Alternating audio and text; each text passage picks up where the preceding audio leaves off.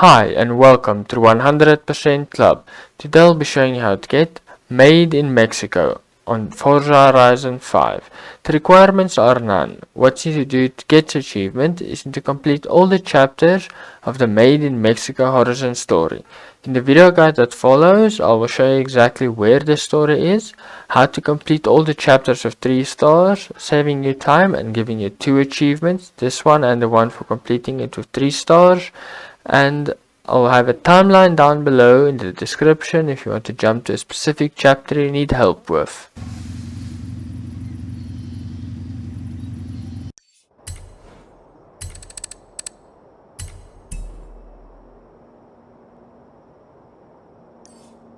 Hey, amigo! Remember that thing I said I needed help with? This is it! You in? Of course! What do you need? Excellent! Come meet me near Mulehe.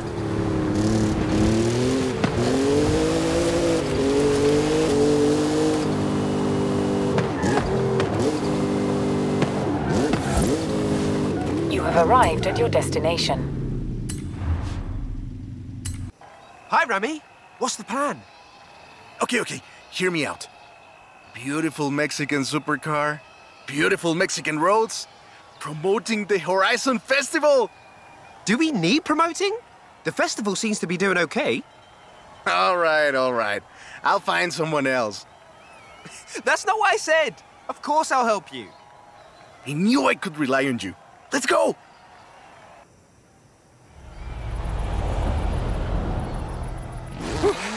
Let's get moving. Get some speed, then turn into the countryside. Really see what this car can do.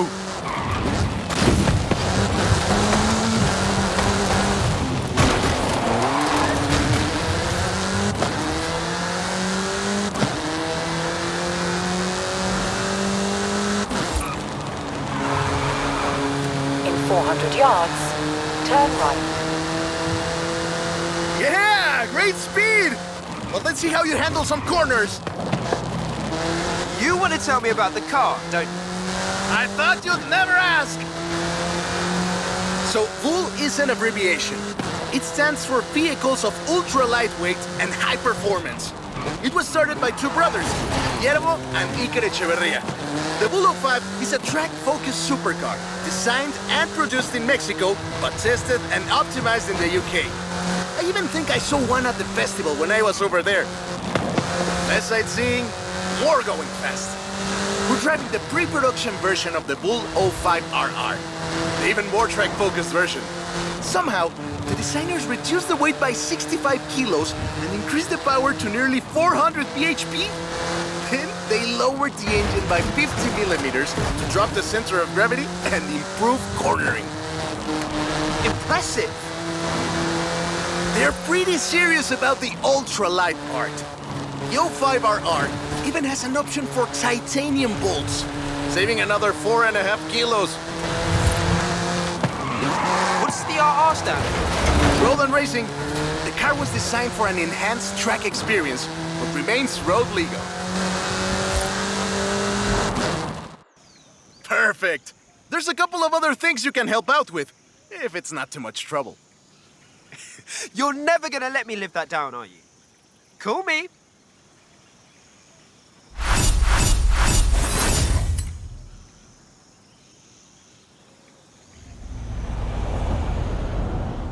I just got my hands on a piece of Mexican racing history. Wanna see? Of course! On my way.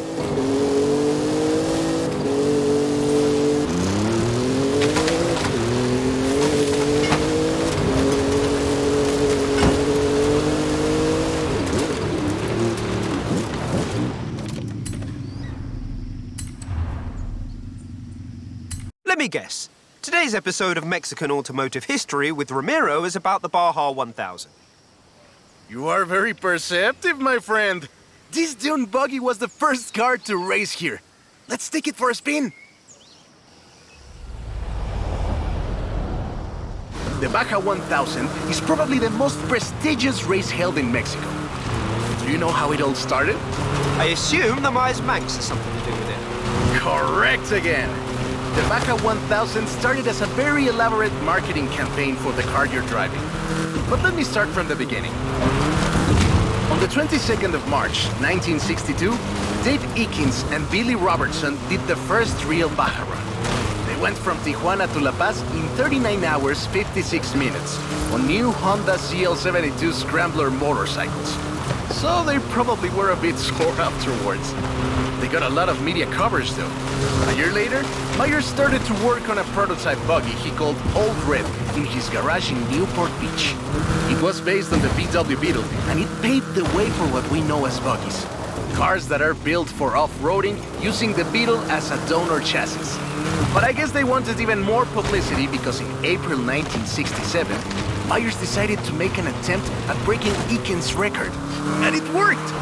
Myers did it in 34 hours and 45 minutes, beating Eakins for more than 5 hours. The rivalry was known as Buggy meets Bike in Baja. Sounds like something you did back in the UK, doesn't it?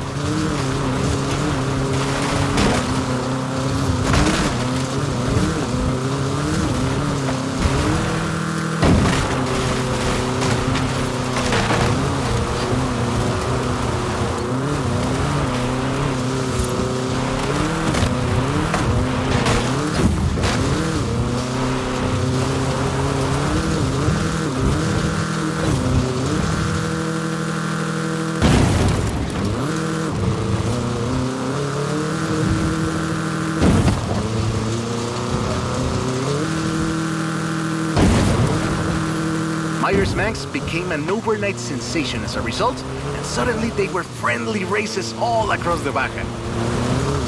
It wasn't long before they realized they needed something more organized, and that was Mexican 1000. Guess who won the inaugural event? Myers Manx? You're on fire today!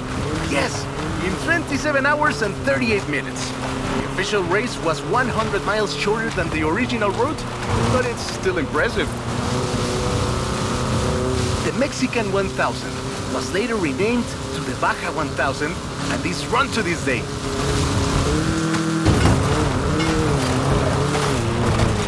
In 200 yards, turn left. Turn left.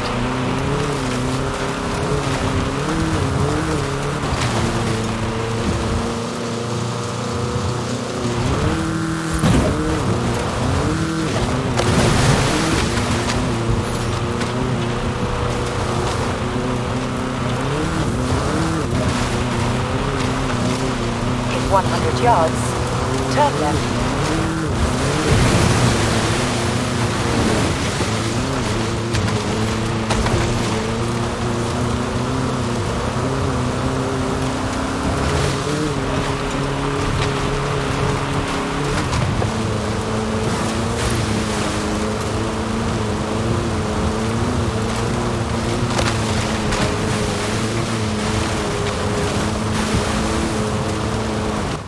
I love that story. My abuela used to tell it to me at least once a year.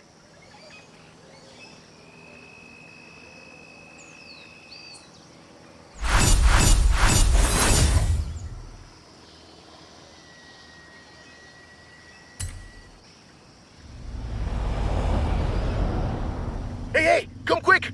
Papa Fernando needs your help! Okay. I'll be right there. Turn left.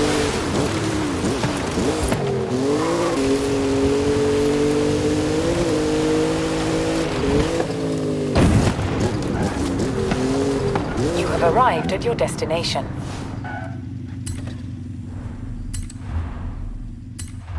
Oh, right. I get it now. To be honest though, it was me who needed your help, not Papa Fernando. I can't fault that logic. Who are the other racers? You know them. It's the Born Fast crew. They're raring to go.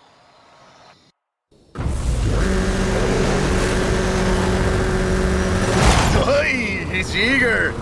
But this isn't really a street race.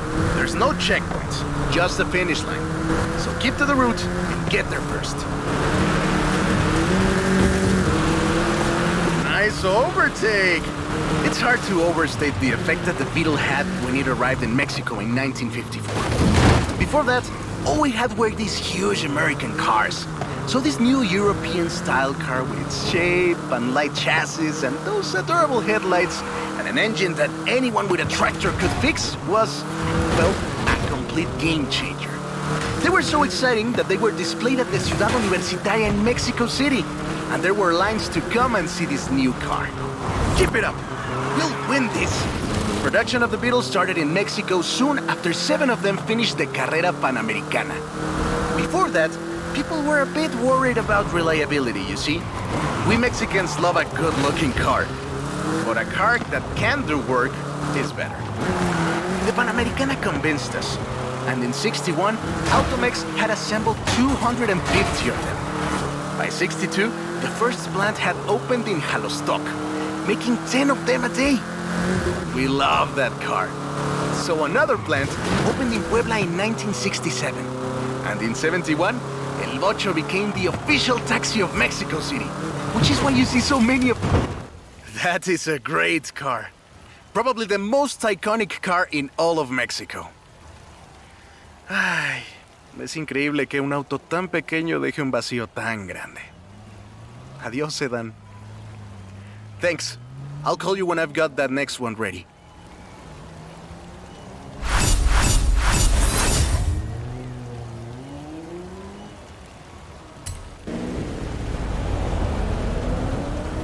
I have a brilliant idea. Another one. What happened to the previous idea? This one is better. Meet me in town. Arrive early, but the next Horizon Arcade event will begin shortly. Enjoy.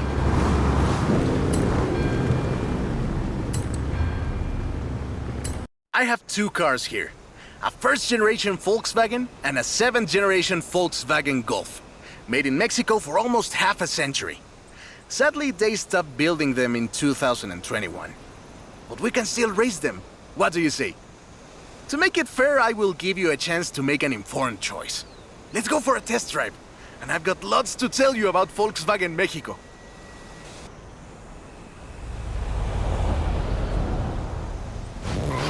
Volkswagen Mexico headquarters are in Puebla City.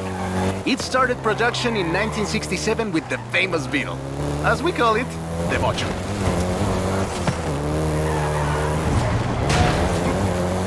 VW made multiple attempts at replacing the famous Beetle with newer models, but all of them failed way short of achieving the production figures until the Volkswagen Golf came into play.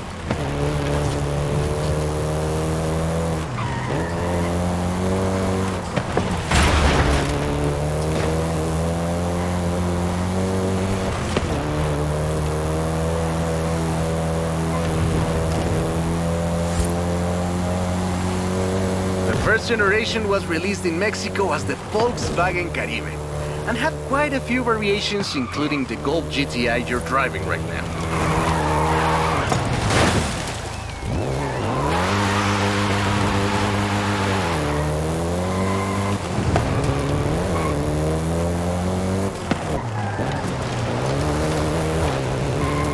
VW engineers, inspired by the Beetle GSR, designed and prototyped the Golf in secret as a skunkworks project. Little did they know that the Golf GTI would become the hot hatch.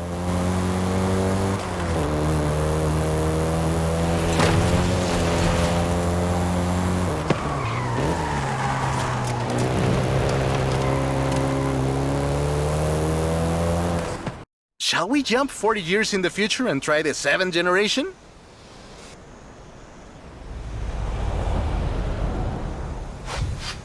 The 7th generation of the Golf first appeared in 2012. This version is the Volkswagen Golf R, R meaning race.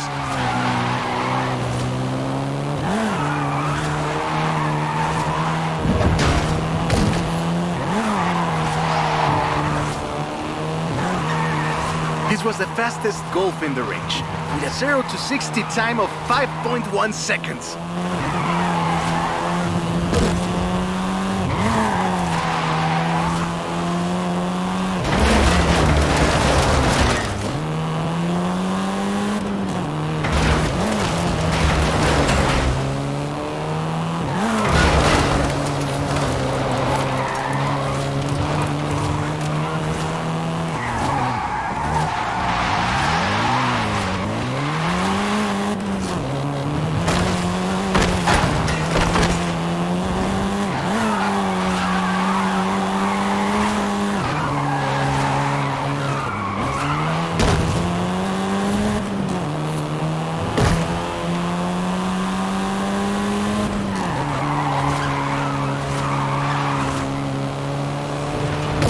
Volkswagen Mexico produced all 7 generations of the Golf, totaling more than 2 million units over 44 years. In fact, a lot of Golfs you find in the US were built here.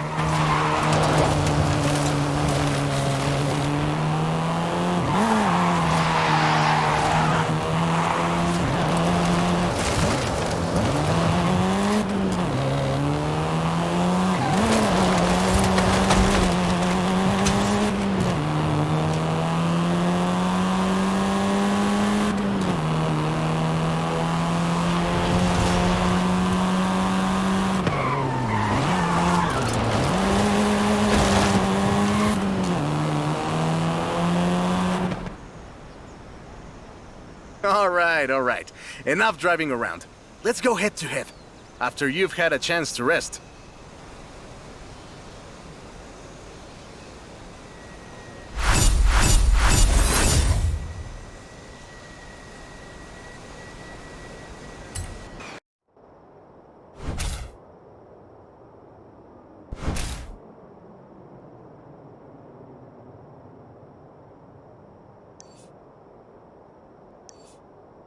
I'm a fair man. I'll let you choose. Which Golf do you want to drive for our little race?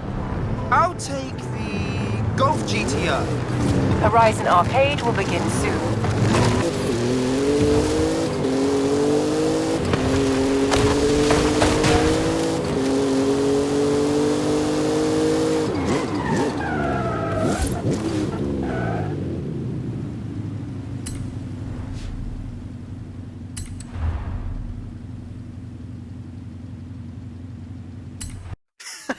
I hope you know some shortcuts.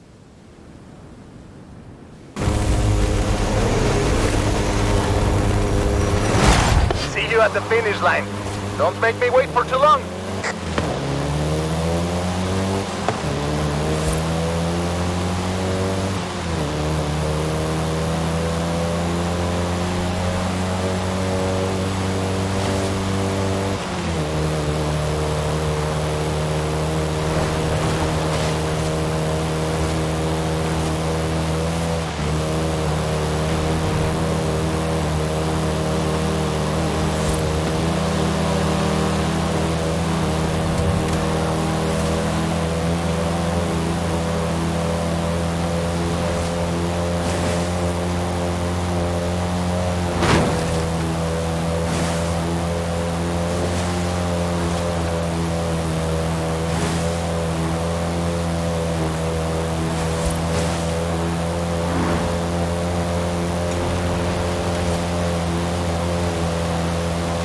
I see what you're doing, but you still can't win.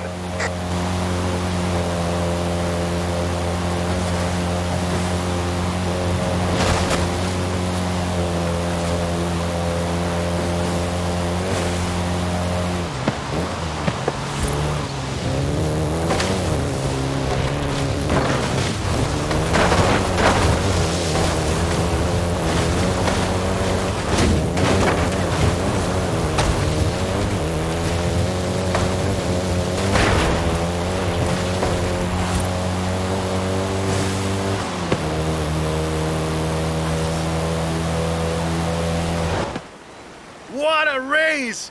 I am actually surprised the first generation still holds up. I'm sure you didn't cheat.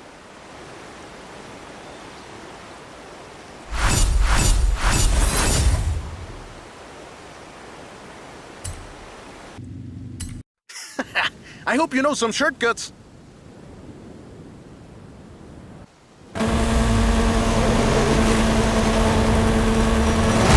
See you at the finish line.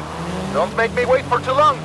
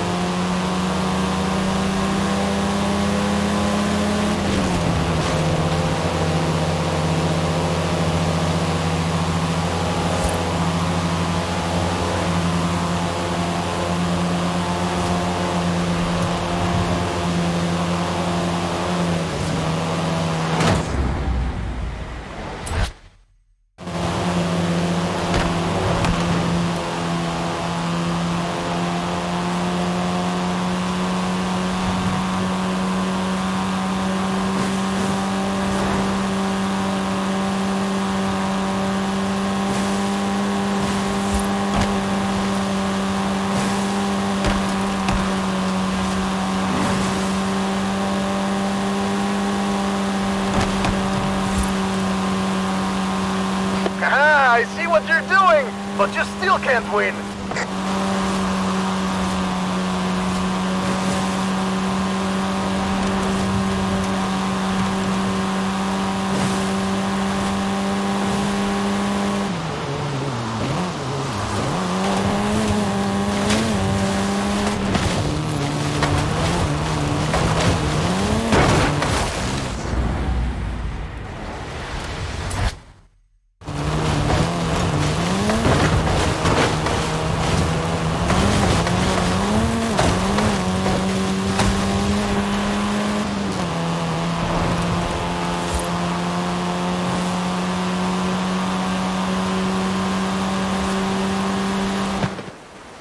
What a race! The difference 40 years makes!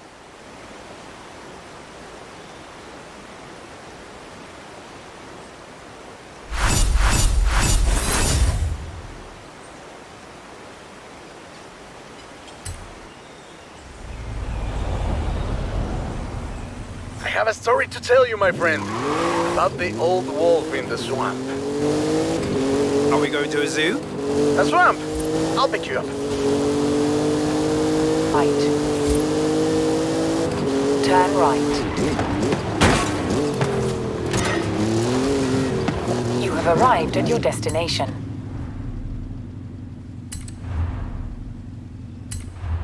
That's the old wolf. No, that's an old truck. The wolf is waiting for us at the swamp.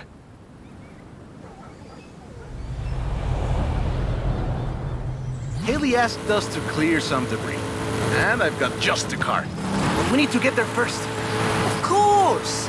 Who do you think I am? The driver who destroyed a record-breaking amount of fences.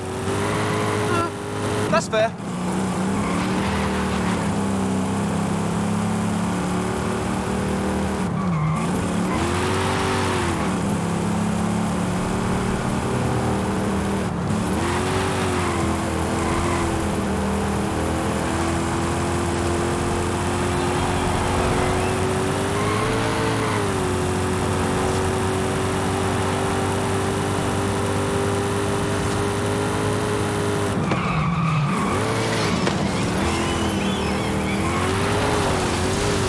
Careful there! 400 yards. Turn right. This car is too old for this kind of driving! You get to explain to Haley why she's paying to repair my granddad's car. Turn right.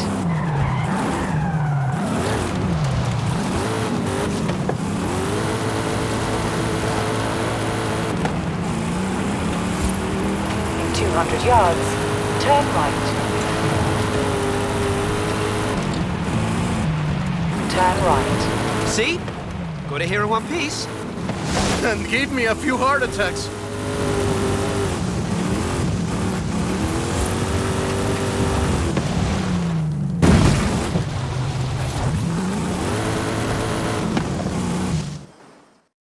And now, let me introduce you to the Ford Lobo. This car is more your style. Now that's a hecking good wolf.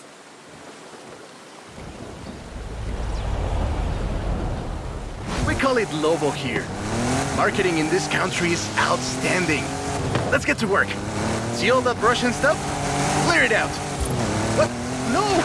It's not just an excuse to throw the Lobo around. It is just an excuse to throw the Lobo around. In the 90s, Ford decided that they needed to rebrand the F-150 for the Mexican market.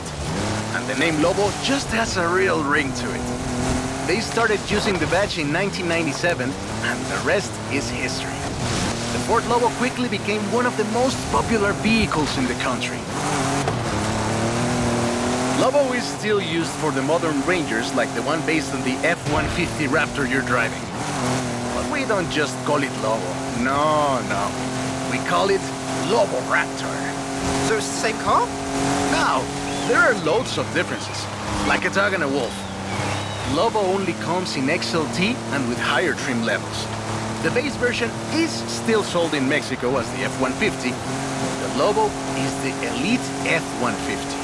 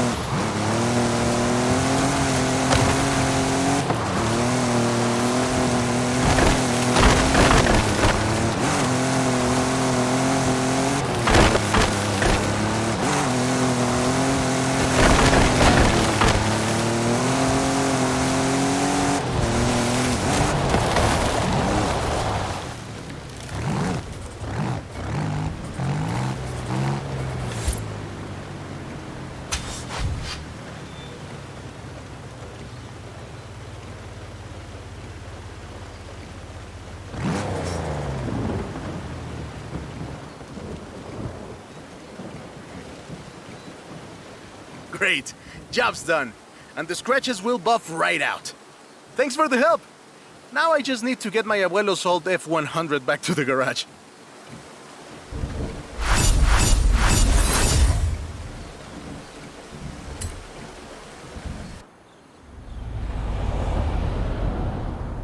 I've got 1,400 horses and I need you to help with them. I think I know what this is. I'll be right over. 100 yards, you will arrive at your destination.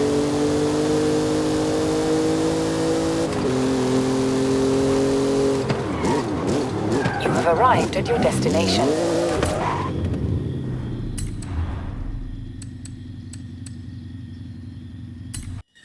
I know you've got one of these. Somehow. So you know a little bit about what you're in for. Let's go!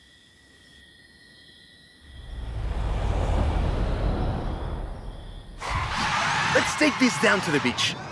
Stick it in AWD if you like. There's some nice curves up ahead.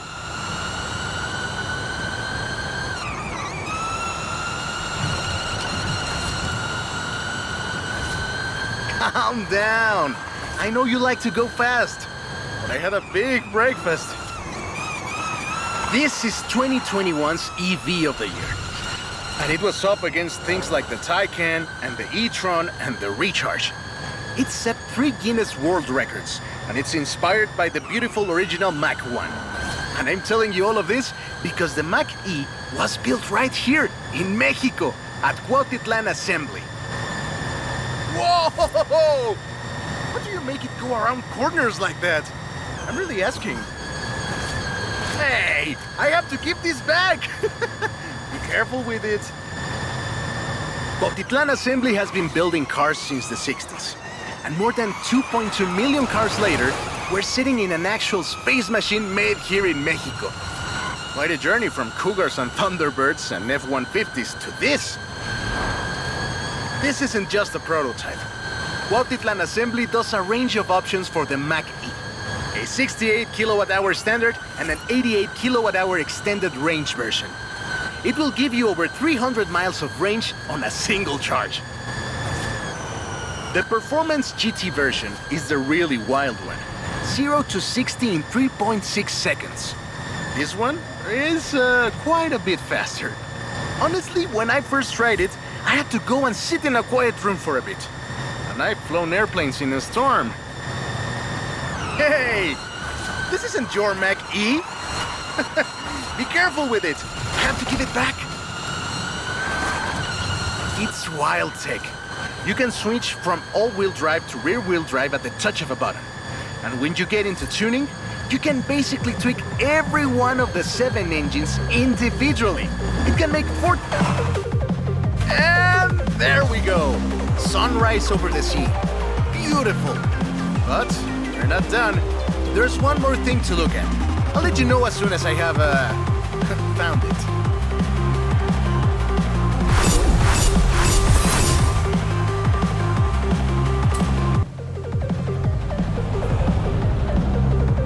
Okay, this one will be epic. I found the Porsche Carrera. You know what that means? Racing? Now, what do you mean, found? In a barn, of course. And of course it's racing. Come meet me at Guanajuato. Right. At the roundabout, take the 3rd exit. You have arrived at your destination. This beauty got her name from the Carrera panamericana. The races don't run anymore, but who can blame us if we take it out one more time? Right? Let's see what this car can do.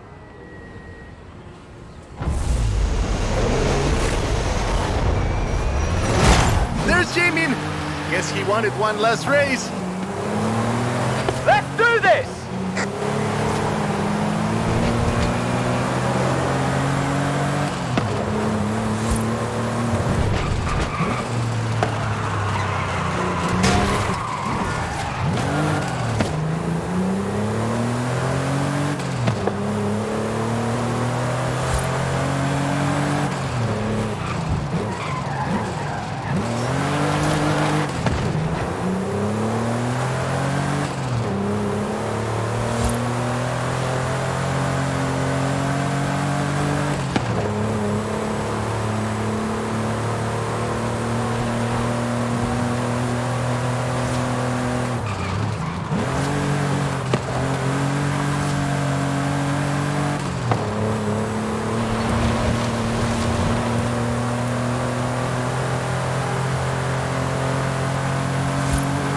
race had 132 competitors, and everyone turned up. Amateurs to F1 drivers, men, women, professionals, anyone who had a car. Do you know anyone who participated? Aleja thinks Papa Fernando did, but she thinks Papa Fernando did everything. I know we used to go to the races with my grandfather. Ah, qué buenos recuerdos. There was no speed limit before 2012, and you'd see cars doing 180 miles per hour. Not that I'd know anything about that. 2,178 miles of the Panamericana highway run through Mexico. The race itself had 9 stages and lasted 5 days. But the sheer distance wasn't the only challenge. Constant changes in the elevation from sea level to 3 kilometers up. The most challenging road race in the world. The winner of the very first Carrera Panamericana was Herschel McGriff, who drove an Oldsmobile 88 at an average speed of 88 miles per hour. The Porsche Carrera got its name thanks to Hans Hermann, who won the small sports cars category in 1954. He drove the Porsche 550 Spider and came 3rd overall. He was sick before the race, and his tires came off at the start. He really pulled through against the odds. Porsche had 6 cars competing in 1954, and all of them made it through the end. A lot of others didn't, let me tell you. Enjoying yourself, are you? Yeah, I kinda had a feeling you were. 1954 was the last year the original Carrera Panamericana took place. But it gave us the most famous Porsche model, the Carrera you're driving right now. The Carrera RS 2.7 was the first production street racing 911. It was built on the 911S 2.4, the fastest Porsche you could buy at the time, and a popular choice in the later Carrera Panamericana races. The race was revived in 1988 and ran to 2016, staying true to the original races with high-speed road stages. The routes for the race were carefully selected every year by planning committee and local government to ensure they were race-worthy and that they can be closed up for 2 hours. You could almost say they've been preparing for the festival for a very long time.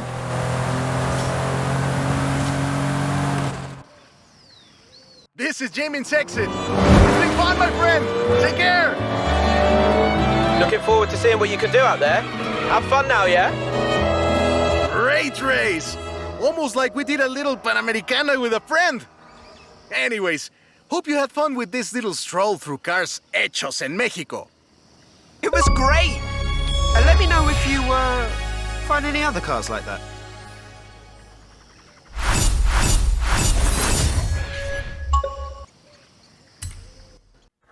If this video guide was helpful, please smash that like button so that more achievement hunters like you guys can get the guides they deserve and get back on track to 100% completion.